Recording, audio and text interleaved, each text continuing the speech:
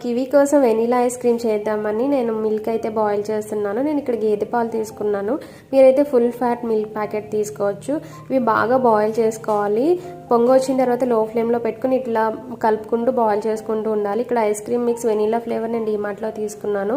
ఇది వాటర్లో లమ్స్ లేకుండా కలుపుకొని యాడ్ చేసుకోవాలి మిల్క్లో.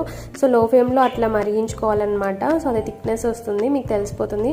ఆ థిక్నెస్ వచ్చినప్పుడు స్టవ్ ఆఫ్ చేసుకొని మిక్సీలో పట్టుకోవాలన్నమాట. సో నా దగ్గర నేను డైలీ పాల మీగడ ఫ్రిడ్జ్లో తీసి పెడతానమాట. అది కూడా కొంచెం యాడ్ చేస్తున్నాను.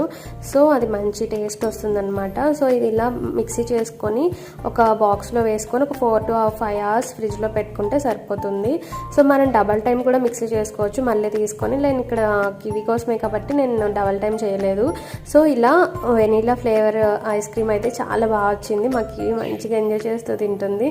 సో ఎక్కువ కష్టపడకుండా చాలా ఈజీగా అయిపోయింది. మీరు కూడా ట్రై చేయండి. ఎలా ఉందో చెప్పండి.